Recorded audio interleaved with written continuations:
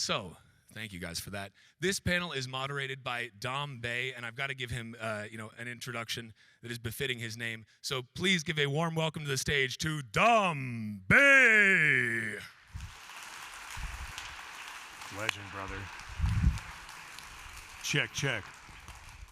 Good morning, Lugano, Plan B. How's everyone doing? Okay. Let's try this again. Bitcoin currently is the 8th most valuable asset on planet Earth, boasting 1.25 zettahash.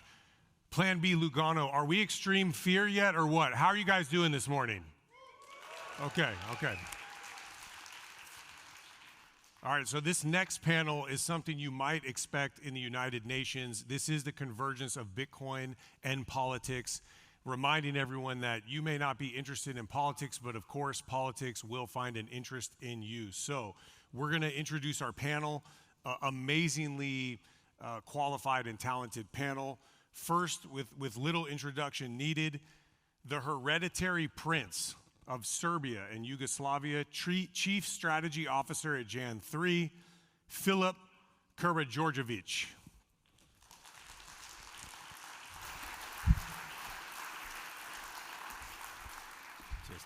Close. Yeah, one of the hardest panel pronunciations. We're just getting started here, folks. Okay, an easier one. Former executive director out of the White House Crypto Council, CEO of USAT. Give it up for Bo Hines.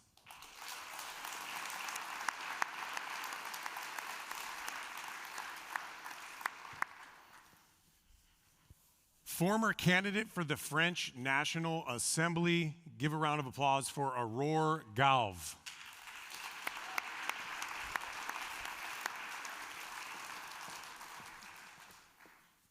Coming all the way from Kazakhstan, Deputy Prime Minister of Kazakhstan and the Minister of AI and Digital Development, Jaslan Matiev.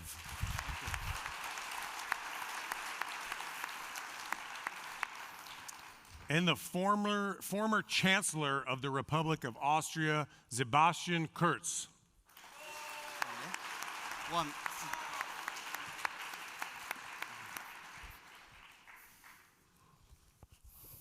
Okay, so UN rules don't apply, so feel free to jump in. We're gonna get right into it. Bitcoin was designed to be apolitical, outside of the political system.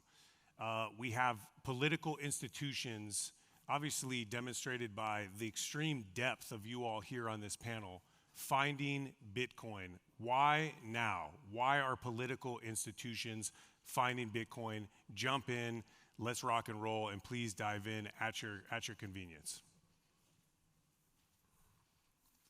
Bo, go for it, man. Happy to start. Well, look, I think that it's a result of the demand of the people, right? So for a long time, I was listening to the last speaker as he was talking to you all, describe how government had viewed cryptocurrency and Bitcoin more specifically, right, as almost a criminal asset that was used for nefarious activity. And what they've realized is that that's not the case. People want freedom, and they want the freedom to move money how they please. And so the demand that people like yourself have created for this commodity has changed the course of history, and governments are forced to address it. So in the United States, obviously we've created the Strategic Bitcoin Reserve, in which Treasury is responsible for being a custodian over, but that's a direct result of the power and persistence that you create, the folks in this audience. And I think that's an incredible thing to recognize, and I think that it'll change really the course of history forever. You know, we say in the US now that Bitcoin is digital gold. It is a commodity that should be recognized and harnessed on behalf of the American people, and I think that's something that will happen across the rest of the globe. That's a great question, and it brings up the point. We have a tremendous representation from nations all over the world here. What is the opportunity cost for nations that dismiss Bitcoin and do not get involved in Bitcoin as a digital asset and a payment network? In the past, we've seen whether it's nuclear arms or internet technology, things that are forward-facing. Some countries embrace them early, some later. what is the opportunity cost for nations out there that say, Bitcoin's a fad, it's just another Ponzi scheme, we're not going to get involved in this?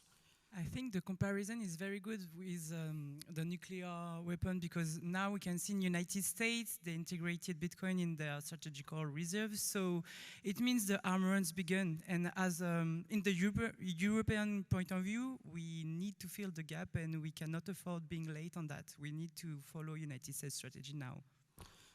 And if you don't give a proper regulation, infrastructure, do not give incentives, so you still will see that this sector will develop on its own in the gray area. So in early 2020s, we saw that Kazakhstan has become like top 2 country in terms of crypto mining, in terms of global hash rate, when there was a ban in China on crypto mining. So suddenly crypto miners started to move to Kazakhstan. At that time, we didn't have any regulation, and Kazakhstan became top 2 country in the world. And this triggered us to develop a law on digital assets. And so now we are licensing mining firms, give accreditation to mining pools, provide licenses to crypto exchange firms, and we see that these clear rules of the games attract foreign companies to come and use Kazakhstan as a hub for crypto industry in the region. And these clear rules of the games, I think that the opportunity cost is that you'll have developing crypto industry, but in the gray area, in the gray zone, so that the monetary and fiscal authorities will not see what are the flows in this area, and that poses some additional macroprudential risks, in our opinion. Jaslan, coming from Kazakhstan, how do you see Bitcoin infrastructure playing a role in your country's ability to negotiate with other countries 10 years from now, 20 years from now? The fact that you guys are getting involved in building this infrastructure, where does it put you on the global stage in the future? First of all, I think that there are some natural advantages of Kazakhstan for building this base Bitcoin infrastructure, which is the crypto mining industry. So energy is cheap. We are building number of energy generating source projects, and we believe that in 3, 4, 5 years of time, there will be an abundance of energy with the huge energy surplus in Kazakhstan.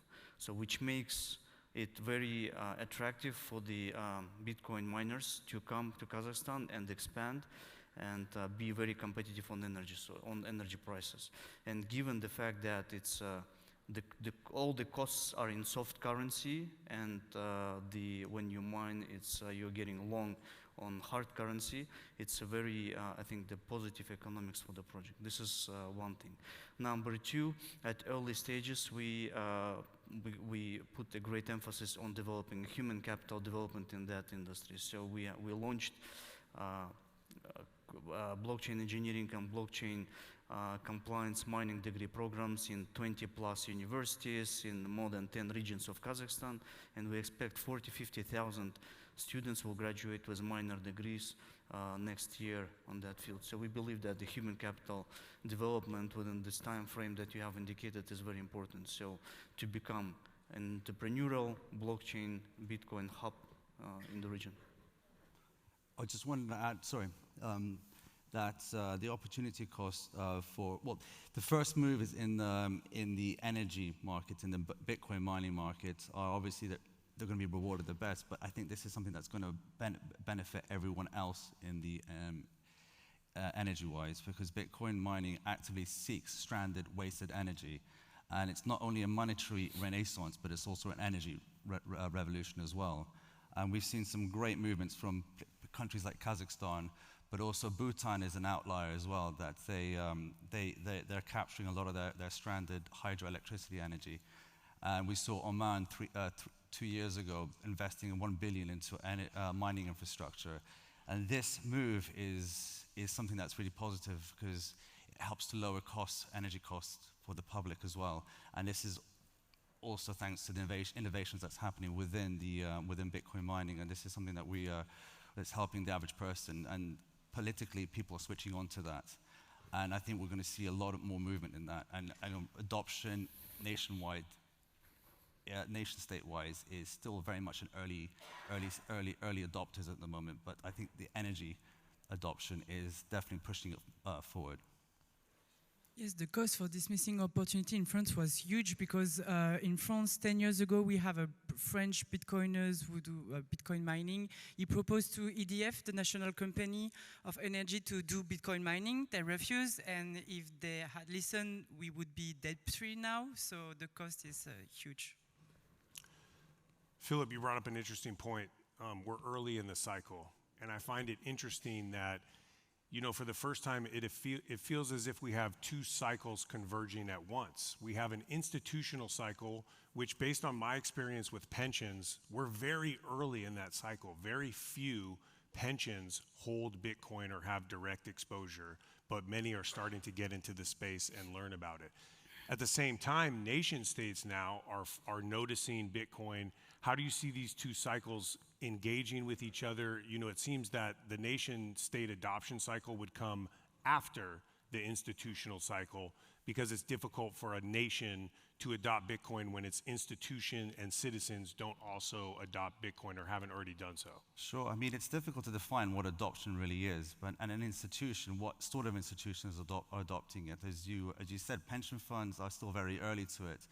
But we see right now a lot of private institutions. We see Strategy, which was very much an outlier, adopting it as a treasury form. Now we see an explosion of that strategy happening. So we're moving probably into early majority there, maybe. I mean, that can be questioned. But politically, nation state-wise, I still think we're very much in early adoption phase. And this is something that we're trying to do at Jan3, is trying to push that forward. Yeah, I think more nation states are starting to switch on to the need that they need, that basically Bitcoin doesn't need politicians, but politicians will end up needing Bitcoin. There's a lot of Bitcoin holders out there, and I was just speaking to Aurora about this, and they create a big voting bloc right now in the States, where Bo Hines is from. About 70 million Americans hold crypto in some form, and that's a huge voting bloc. So statistically, if you're not pro Bitcoin or crypto in some shape or form, then you're going to lose out a lot of votes as well. So it's really shaping politics as we speak right now, and that's really interesting. So, yeah. But I think it's going to change quickly now. I think it, like always, it takes very long, and that it's like a hockey stick. So from my perspective, I think there are countries like Kazakhstan which are far ahead. Europe is as always slow and hesitant, but also if you look at the investments in Europe, there's continuous growth on crypto, especially in the Eastern European countries. And I think especially because of the new Trump administration and being so positive about crypto, many other countries are going to follow very quickly. And I think then it's like a hockey stick, so the moment you have a few early adopters, many others follow quickly, and I think we are right at this turning point now. And also at the early stage, when there is a crypto adoption among the general population, there always will be kind of a gap or void in the legislation. There will be uncertainties given that the legislation is not that developed.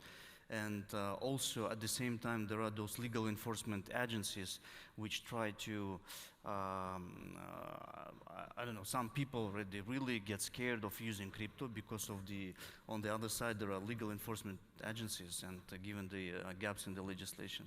And it's important that at all senior leadership levels in the country, there is a huge support of the crypto industry support. And that's so our president, our prime minister, they're all being right now the pro-crypto, and help with all the legislation by being quite agile in terms of taking all these necessary amendments into legislation. We have separate government bodies and regulatory authorities which take quickly regulatory acts in order to adjust the legislation. And our president has announced several important projects to build a crypto city, to build a crypto reserve, to make possible crypto payments in the cities with the merchants. And so these projects are currently underway, and we are working on that. And it's important to see to show this whole support at all levels of those authorities. I think there's one reason why I'm a bit more positive also now for the Western liberal democracies, or especially for Europe. Because if you look at the party structure, crypto has become a bit political now, and the more to the right or to the center-right parties are, the more they are in favor of freedom, the more they are also normally in favor and supportive towards crypto. And if you look at the European polls, you see that there is a shift to the right at the moment, which means that, of course, there will also be more and more governments and more people in the European Parliament positive for crypto, just because it's something that goes more hand in hand with their ideology than on the left side. I have a question about parties, but before that, you brought up Trump's administration's adoption, and I want to ask Bo, what was the turning point for the White House? It seemed like a huge turning point that a sitting U.S. president prioritized Bitcoin. He called it out. I was in Nashville when he went to talk to the conference there. I know both candidates were invited. One went. What was the turning point there? And then to the stage, we often hear, how does the world view that occurring in the United States with Trump and Bitcoin? Is it something to say, this is going to influence us, or is it something that you guys were already looking at? I'm curious to hear that dynamic. Well, this is a little bit more domestic specific, but if you were at that conference, you know that the loudest applause line was firing Gary Gensler. And obviously that's the former SEC chairman under the Biden administration. The reason I bring him up is because the standard that was set prior to the Trump admin was basically policymaking through prosecution and persecution. And that started with Bitcoiners. And so, we came in and our mindset was that this has to be a complete sea change. We have to completely reverse what has been set and the standard that has been in place, and actually educate folks on really what Bitcoin is and what digital assets are. And so, Bitcoin sets the standard for what it means to be decentralized, what it means to be a true digital commodity. And we've used that standard and applied it across basically the entire digital assets ecosystem. And so Bitcoin, is the grandfather for us in a sense of welcoming in a new age that completely revolutionizes the financial system. David likes to describe it as, having the immaculate conception. Obviously, we understand it's finite. We understand that governments have a strong desire to obtain it and hold on to it. And so I think as we look at this long term, we have to recognize that, one, this is a commodity that's here to stay and probably, in my opinion, becomes the most valuable asset in the world. But from a broader perspective, think about how many things from this ecosystem will be applied to the financial system more generally. You think about Tether, you think about the way that stable coins work now. We're going to have 24/7 markets. We're going to have tokenized public securities. We're going to have a brave new world in the financial system that creates really connectivity that we've never seen before across the entire globe. And that is a direct result of Bitcoin in this ecosystem. And so the US government fully recognizes that. And I'm proud to say I worked for an administration that embraced it. I think there's probably one more aspect in addition to that. I think if you look at Trump and his team around, we didn't touch the traditional banking system so far, but after the first term of Trump, they also made their experiences with some traditional banks. Some of them were debanked, had problems to get bank accounts.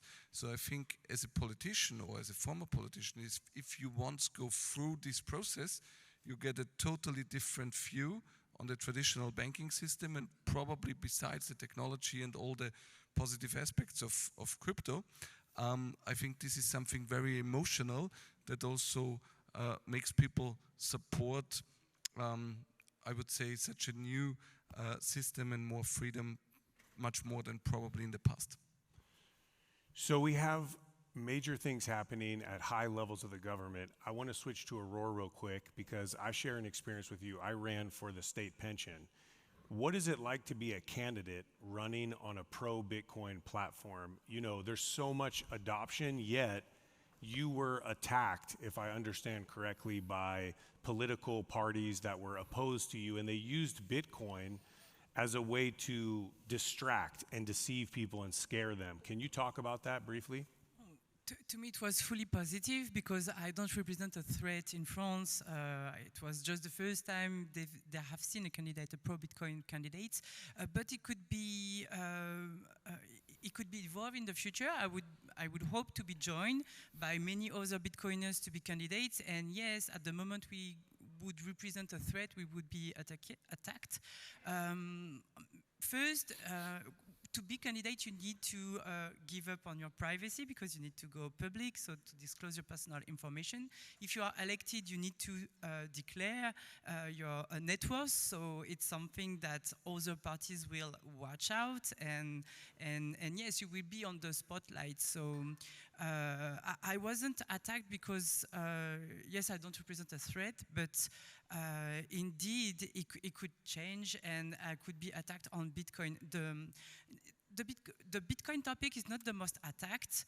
In France, we have a lot of scam around cryptocurrency. So when you run for election as a Bitcoin candidate, you need to spend half of your time to explain how Bitcoin is different from cryptocurrencies and different of the scam, and to not be affiliated to this fraud. So this is complicated, and you need also to justify yourself that you not belong to far-right parties, because now in France only fringe parties mention Bitcoin. So this is the main problem also, to explain that Bitcoin is neutral and you are not especially from far-right side if you are Bitcoiners.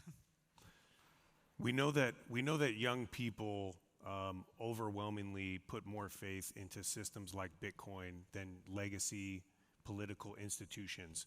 Two opposing political parties that use Bitcoin as a attack vector or dismiss it, what do you say to them? Whether Bitcoin should be a unifying tool. It's a payment network that anyone can access in the world without permission. Yet political parties getting involved use it as a weapon. What do you say to other parties?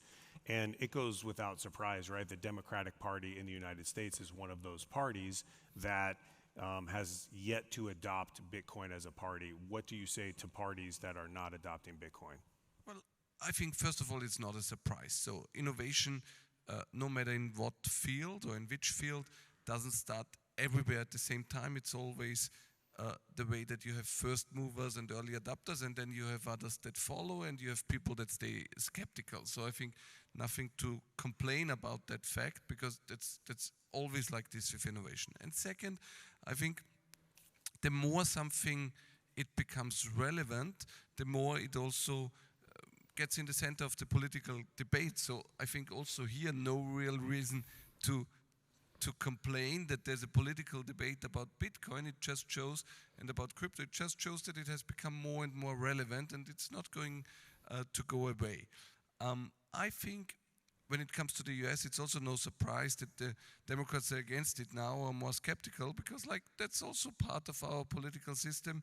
If one party says E, the other one has to say B or has to be against it. And especially with Trump, I think there is a lot of people, and especially the Democrats, that have to be against everything he's in favor of. So I think all these things are no big surprise, and I think the political debate about crypto and Bitcoin is going to stay, but at the moment I think those in favor are gaining, and I think those which are skeptical have less arguments, so I think it will be an easy political debate, but a debate is going to stay.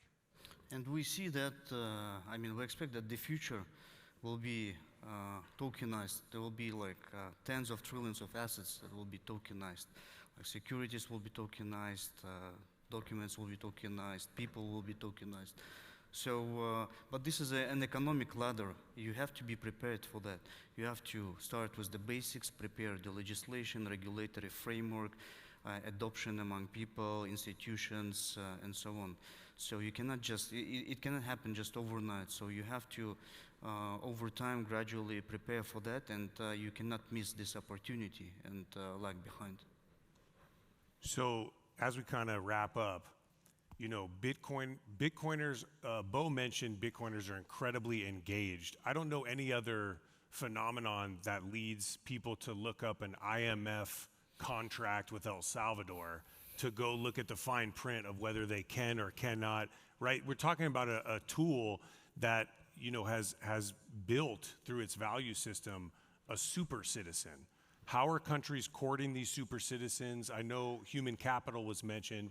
And kind of to close, what do you say to Bitcoiners that kind of, you know, Bitcoin was given as something outside of this system and they may not be interested in politics? What is your comment to those Bitcoiners on how they can engage if they hold a fundamental belief that, you know, Bitcoin may not be able to coexist with this political system as is now?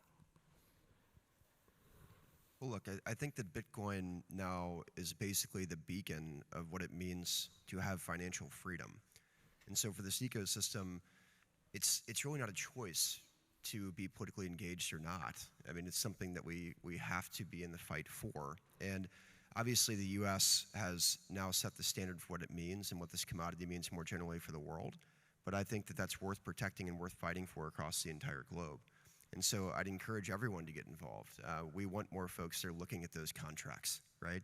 I think that you're going to start seeing Bitcoiners in the US become more engaged at a local level as well. And this honestly is a result of the fact that the financial system has failed so many people for so long. And I'll tie it back to Tether just briefly. You know, for a long time they told Paolo that he was servicing a niche. That the niche happens to be, you know, 1/3 of the global population, folks that are underbanked, debanked, underserved. You know, Bitcoin is truly the representative of the entire digital assets ecosystem, obviously, as being the grandfather. But again, I would just say that in terms of financial freedom, it's worth protecting and worth fighting for, and also worth educating. So I'd encourage folks in this room as well to educate folks around you about what it means to you. Can I? So, yes, Bitcoin is empowering. Bitcoin gives you individual sovereignty. And it's just like the advent of the internet, where it's changing the game of politics. That led to the decentralization of media, the independent media, and Bitcoin just added to that. And now it's harder for, it's changing politics as we speak. It's harder for politicians to hide their games and the constraints and compromises that they work under. So it's waking many people up to that, and it's also changing politicians to actually work closer with the people. So it's democratizing the society as we speak, and it's making people freer and more open to the flaws of the financial system that we're all living under. And as Bo says, you know, education is key, and Bitcoin just opens your eyes to a whole new world of how we should be living. And so I just urge everyone just to keep on studying and keep on finding the truth, which is Bitcoin. And there are a number of countries which decided to build those crypto-friendly regulations and the ecosystems. So the community should really look for those environments and do not afraid from participating in the sandboxes, in experimenting, because they have to lead this innovation. I mean, those entrepreneurs, they have to innovate and drive further this ecosystem to grow this community, and because more and more innovation should happen there. Yes, I would say that Bitcoin is apolitical, but and Bitcoin doesn't need us to be run, but we are living in a political society and we need Bitcoin. And I could be pretty afraid that regular parties, they just see Bitcoin as a financial asset to put in the strategical reserve, but we have also big concerns about privacy, and freedom won't be given. So we need to take it, and Bitcoin is not about Bitcoin is freedom, and freedom is not about escaping. We need to participate. And you know, in France, Bitcoiners, they are sometimes they are given up on politics, and we need to encourage them to participate in, because it's very important that we build the future we want to live in. And if we are not participating, the laws will be still written, but just against us. So it's very important to vote and to participate. Well, very well said. A group of individuals at the nation-state level operating at a very high level, both nationally and on the private side. And so Plan B Lugano, please give a huge round of applause for our panelists here today on Bitcoin and Congress.